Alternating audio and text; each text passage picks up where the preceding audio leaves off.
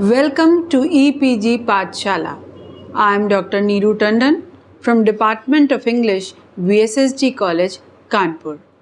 In this paper of English language teaching, we are discussing the module on reflective teaching written by Dr. Nalina Singh. Reflective teaching as a different name appears, and the basic thing regarding reflective teaching is that teacher is at the center. When learning is at the center of the teaching enterprise, it is only logical that teachers themselves should never stop learning if they are to address the demands of the changing classroom. Teachers, whether young or old, new or established, need to reflect on their teaching. From there it comes reflective teaching. It is not surprising, therefore, that it is a well-established fact in the field of language teaching that teachers must continually work on their knowledge of teaching and learning. This means that they must continually engage in their professional development and work towards improving their own teaching practices. One important way by which a teacher can achieve this is by engaging in reflective practice. Reflection, what is reflection then? Let us understand reflection one and then we'll continue with reflective teaching. Reflection is an important component of teacher development. It lies at the center of quality teaching. Merely having years of experience as a teacher is not sufficient to ensure the quality teaching. According to a critic, quality teaching is teaching that addresses students' needs in their own context. Quality teaching should be based on reflection of what happens in the classroom and on how students react to what they are taught. Quality teaching is not directed by a book but by the goals and objectives that will help students learn, unquote. Thus, whether a teacher is highly experienced or not, whether he is a trained one or not, it is important that every teacher should reflect on his or her teaching to ensure that the teacher is doing the quality teaching. It means just teaching is not sufficient. Teaching should be quality teaching. Learning is important, but here the onus is more on teachers. The teachers, they should be just prepared for being the good teachers and they should reflect. Now, understanding reflection, reflective practice and reflective teaching. Many teachers already think or reflect about their teaching when they say, my students didn't understand this, or my students do not take easily to writing tasks. They give up so easily. Why? Because most of the teachers, however, do not move a step further to analyze and to closely evaluate their classroom observations. Every year, every classroom is a different entity. Every student is different from the rest of the class. So how to take him along on this journey of learning, that is the job of a good teacher. Teachers, when they do not make deliberate attempts to plan their teaching differently with an aim of improving the teaching learning process, then this fails. So the demand is that reflective teaching, it should carry on with the quality teaching, quality work, and the teacher who is at the center, he should come forward, devise something new always. So reflection, which is an important component of teacher development, lies at the center of quality teaching. Reflective practice helps the teachers to understand their learners' needs and abilities, while reflection helps teachers to move away from these regular practices, the how of teaching, to a more critical level of analyzing the what and why of teaching. Reflection helps the teacher to challenge his or her assumptions. It explores different new ideas and approaches towards doing in particularly the classroom scenario. It promotes self-improvement. How? By identifying strengths and weaknesses and taking action to address them. Link practice and theory. Only just explaining that theory is not going to help the learners. When you put that theory as the background and involve learners in the learning process as the practical step, then the quality education can take place. By combining doing or observing with thinking or applying knowledge, this process is done easily. In fact, when we think about what is reflection, then easily we can get the answer in the words of Jenny Moon, who said that reflection is a form of mental processing that we use to fulfill a purpose or to achieve some anticipated outcome. It is applied to gain a better understanding of relatively complicated or unstructured ideas and is largely based on the reprocessing of knowledge, understanding and possibly emotions that we already possess. Unquote.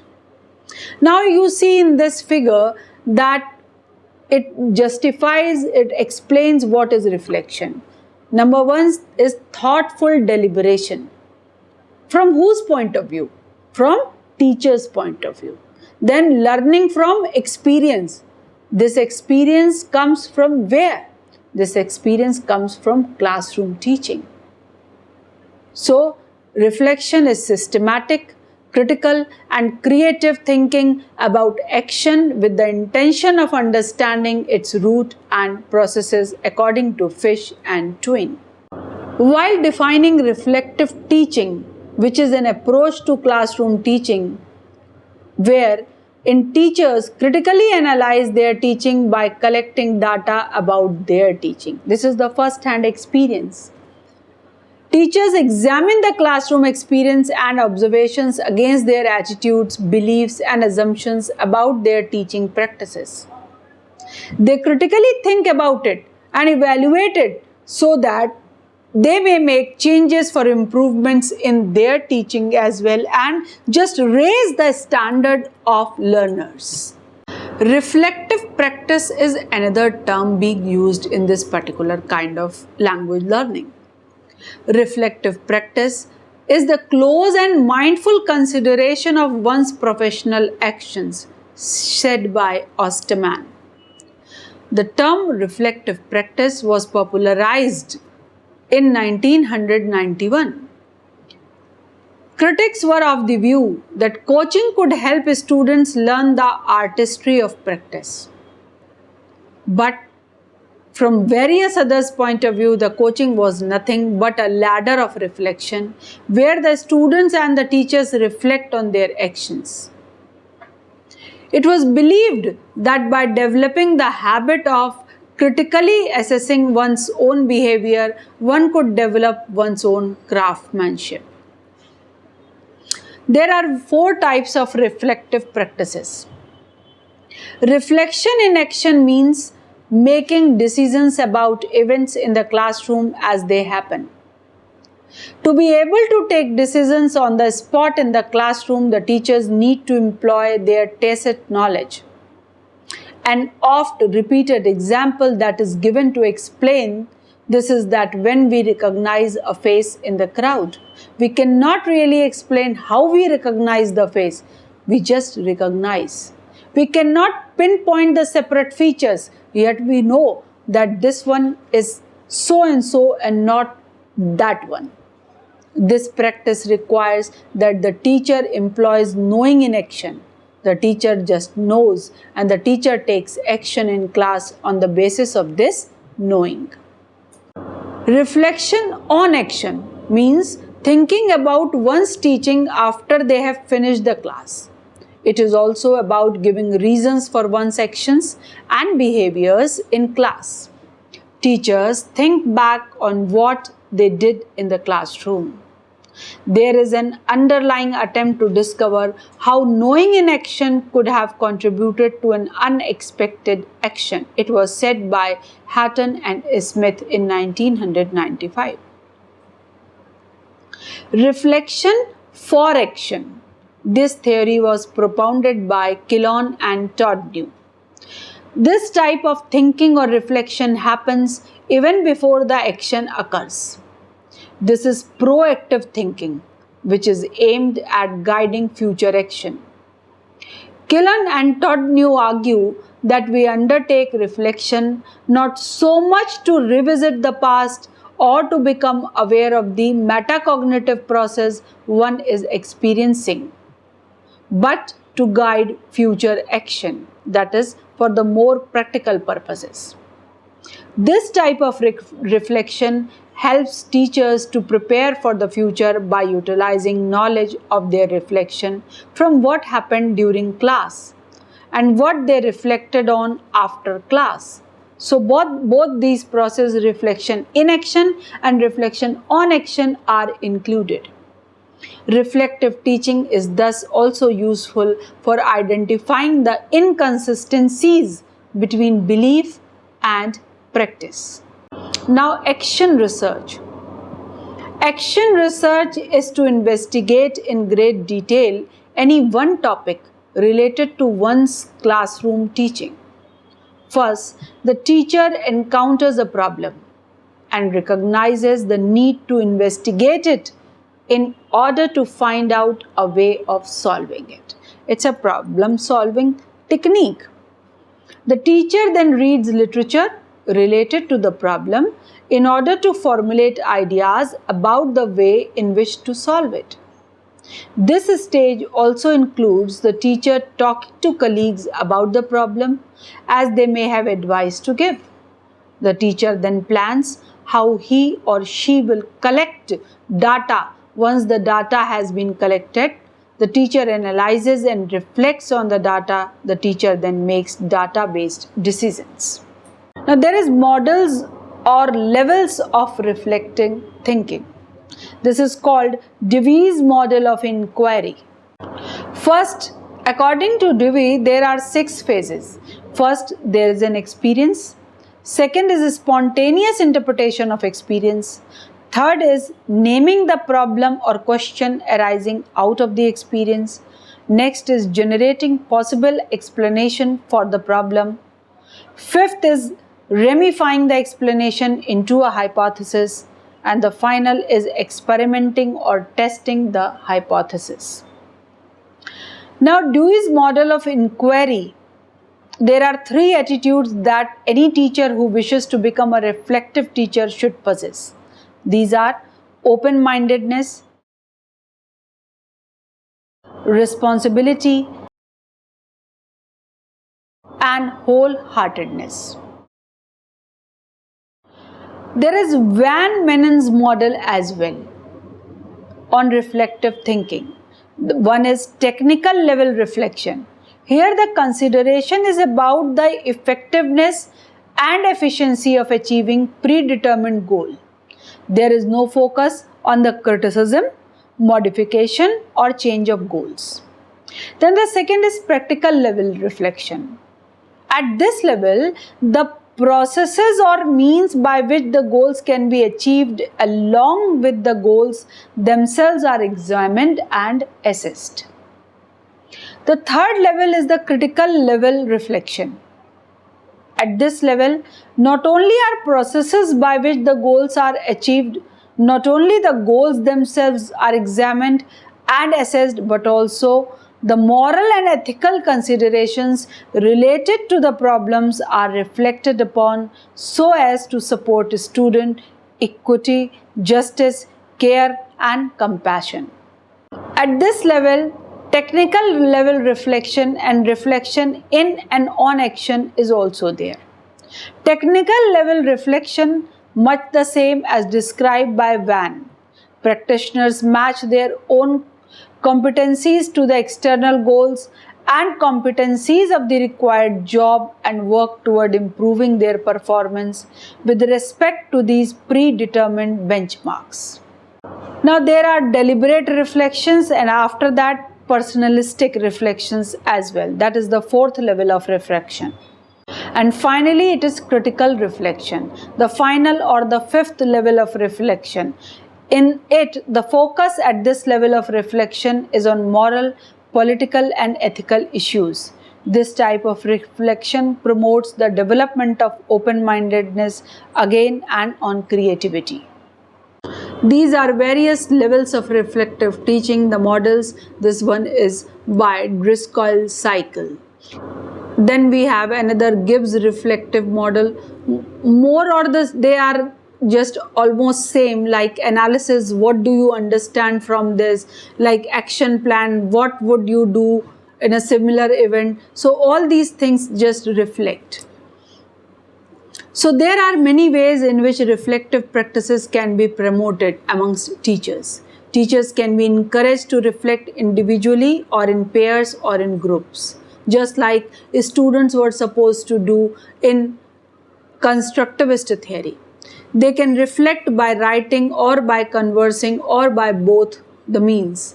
The manner in which a person reflects depends on his or her own learning style, their discipline, whether written oriented, performance oriented, or oral.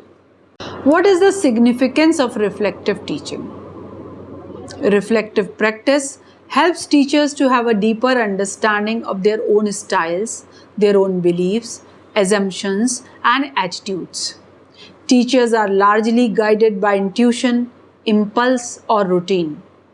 Reflection helps teachers to move away from these regular practices and the how of teaching to a more critical level of analyzing the what and why of teaching. It helps teachers to better understand their roles as teachers.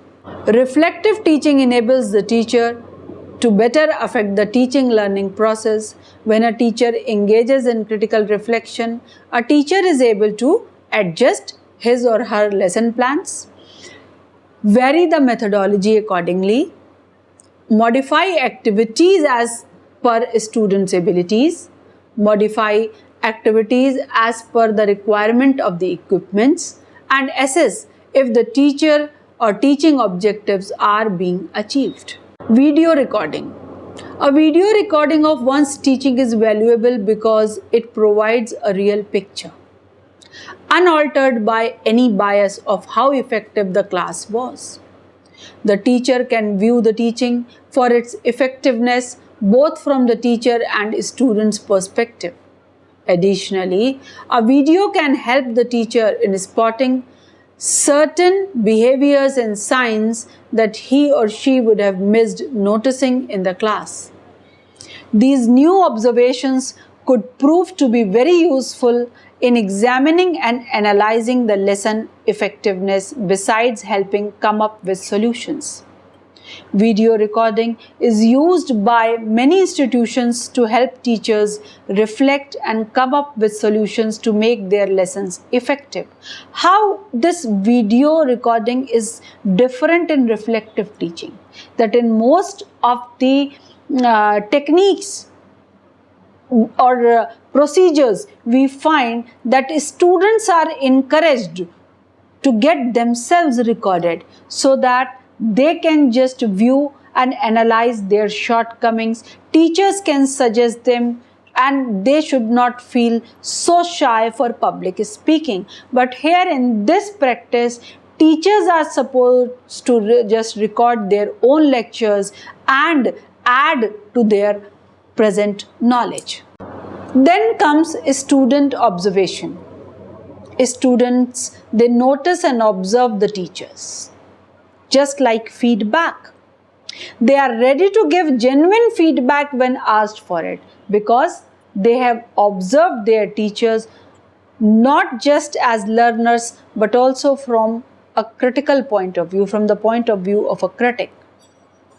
Teachers can ask questions regarding the lesson's effectiveness or whatever else the teacher wishes to get a feedback on by giving the students simple survey or questionnaires. It is important that the teachers think critically about what questions they would like to ask that would not only give the teachers significant information but also elicit thoughtful answers from the students. Thus, it will not only be a learning experience for teachers but also an indirect exercise in writing for the students. Now, what happened? What problems come at this point of getting feedback from the students? Most of the time, students are scared of giving any negative feedback. They know that teachers are going to read it. So, just to avoid it, those feedbacks should be blind feedbacks. The names of the students should not be mentioned over there. Then again, when teachers come to know that what students really feel, they may or may not like it or encourage students to come forward with honest appreciation or honest criticism. The last point may be that students, they also may not give honest feedback and unnecessarily criticize the teachers or unnecessarily praise the teacher to come in their good book or just to tease them. The next point is peer observation. Peer observation is a useful way of reflecting as it provides opportunities for teachers to critically view each other's teaching for different teaching styles, the kind of materials used, the organization of the lesson, teachers' time management, students' performance on task, time on task, teachers' question, and students' responses. The typical patterns of interaction and class participation also is included. In this method, colleagues are invited into the classroom to observe teaching. Usually, the senior colleagues come in the classroom and give their feedback on the teaching of the young teachers. Prior to the observation, the teachers should meet to inform the teacher who is going to observe about the kind of material or lesson being taught, the type of students in the class, the teacher's approach to teaching, the students' typical patterns of interaction in the class, and other relevant information. The teacher being observed would also assign the observer a goal for the observation of the class. After the lesson, the teacher and the colleague who observed the lesson are there to discuss the observations. So, peer observation can help teachers gain great insight into their teaching. In fact, when we talk about peer observation, again there are certain problems that teachers are not very comfortable with in the presence of other teachers. Their original capabilities are being just affected because of the presence of other teacher or their colleague. The feedback given by colleague in the class may not be limited just to that particular teacher. He or she may go and discuss those negative points, if any, with the other teachers also. That makes the person concerned, the lecturer, scared, and he may not like to share his knowledge also with other teacher. Now there are certain questions to ask for reflection. Whether a teacher uses a self-reflective journal or is taking feedback in the form of peer observation or student observation, it is very important that the teacher identifies, formulates the right type of question to ask. Given below are a few suggestions for the readers. How effective was the overall lesson? Did I meet all of my objectives? What problems arose? What materials that were used worked in the lesson? Which materials did not work in the lesson? Were my instructions clear? Was the lesson taught at a reasonable pace? How can I do it better next time? How did I deal with any problems that come up during instructions? Was I perceptive and sensitive to each of my students' needs? How was my overall attitude and delivery throughout the class? So when all these kind of questions are asked, from teachers as well as from students, definitely the person concerned is going to be benefited if the answers are honest and they are taken in the healthy way. Strategies for promoting reflective practices. There are many ways in which reflective practices can be promoted amongst teachers. Teachers can be encouraged to reflect individually or in pairs or in groups. Teachers may write journals or self-reports just to acknowledge whatever they have learned or whatever they have delivered. The ultimate goal of self-reflection is to improve the way a teacher teaches. Through the findings a teacher gathers, one may gain the insight that he needs to take the instructions to the proverbial next level, or he or she may find that they are already doing the better job. In either case, self-reflection is a technique that can gauge the standing honestly, and teachers should strive to implement it throughout the year. By the time the next new class rolls around, teacher has a much better, wider toolkit to pull from when it's time to teach that lesson once again. So reflective practice for teaching is for those teachers who are disposed to think about their teaching practices and are willing to put reflective practice into action. Reflective practice challenges teachers who have unquestioned assumptions about good teaching and encourages them to examine themselves and their practices in the interest of continuous improvement. Thus, to conclude, reflective teaching is a new methodology that way, a better methodology that way, and more open methodology, so that where not only the learner is under the lens but also the teacher concerned. And we all know that unless and until all the components of teaching units are there to improve, the education levels are not going to improve. So keep on learning, keep on educating. Thank you for visiting EPG Pathshala.